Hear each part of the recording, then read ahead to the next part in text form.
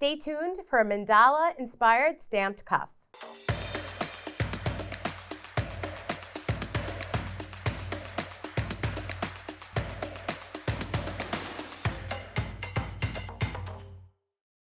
Hi, I'm Rita Panulla from impressart, and today we're going to make a mandala-inspired cuff bracelet. We're going to use our jig, which is going to make you stamp perfectly straight and in the middle of your bracelet. The number one problem that a lot of people have is getting that pattern straight, and we've come to you with a stamped jig to make sure that your stamping is perfect. At the end of this project, you're going to have a beautiful stamped cuff that you could wear or gift. Now we're going to go over the tools and supplies you need to complete this project.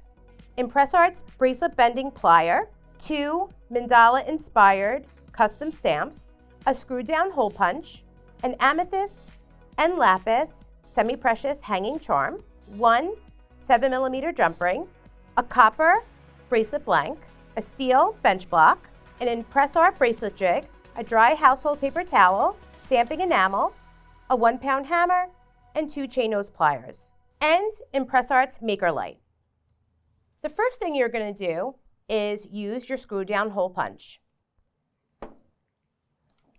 You're going to choose which end, personal preference, that you would like your hole. You're going to place your bracelet blank into the vise and pierce your hole. You're going to continue to pierce your bracelet until you feel it come right through the other end. Then you're going to unscrew your punch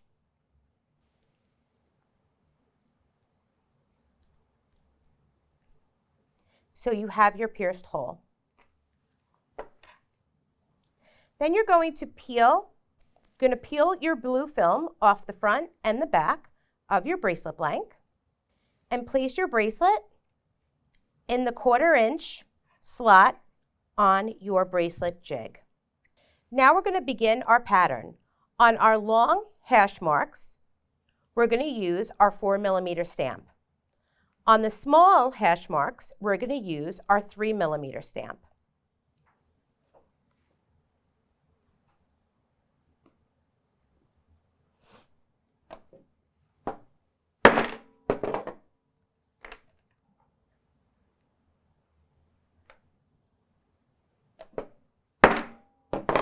Once you have your 4 and your 3, you're going to pass your bracelet through to line it up for your next 4mm stamp.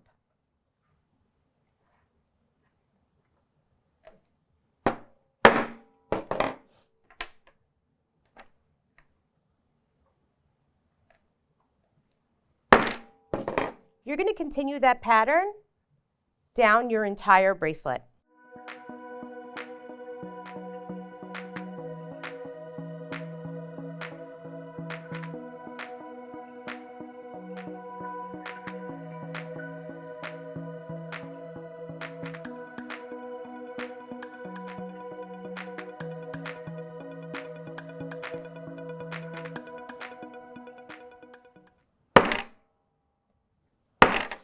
Once you've finished stamping your bracelet, you're going to pull your cuff right out of the jig.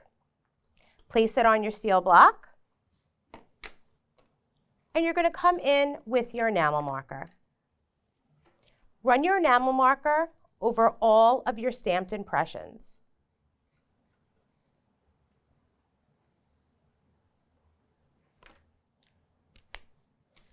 Let dry from 1 to 3 minutes.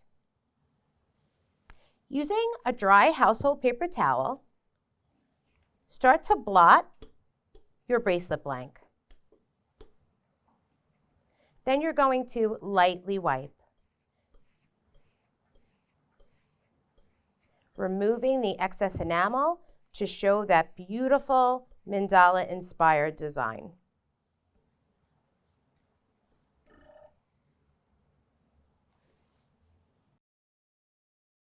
The next step is using your bracelet bending plier.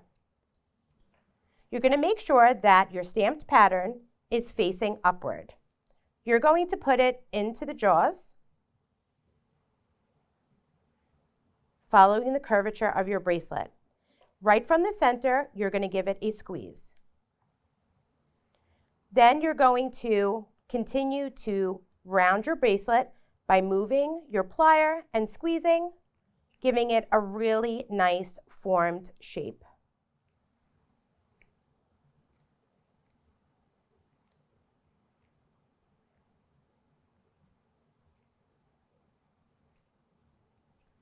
Then you're going to turn your pliers around, place it back into the center of your bracelet, and lightly squeeze,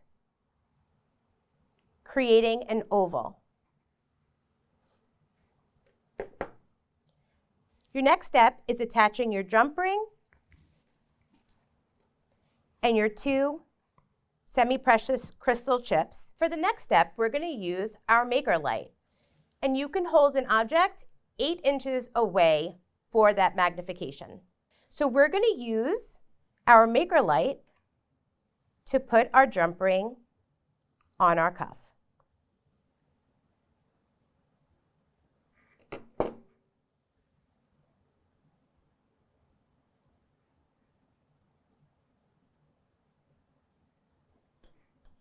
You're going to take your jump ring, put it right through that pierced hole,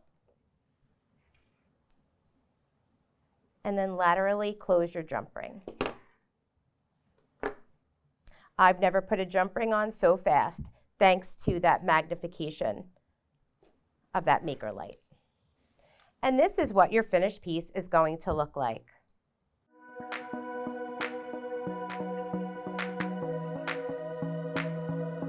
Let's go back over the tools and supplies we used for this project.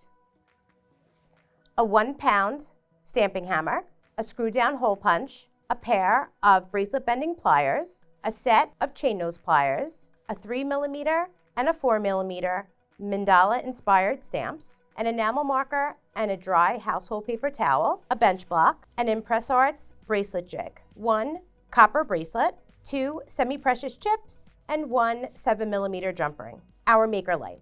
Thank you for joining me on YouTube today. If you're interested in any of the tools I used today, check out the description below. Don't forget to like, subscribe, and ring that bell so you don't miss out on future episodes. Once again, I'm Rita from impressart, and I hope you had a great time, and I will see you again next time.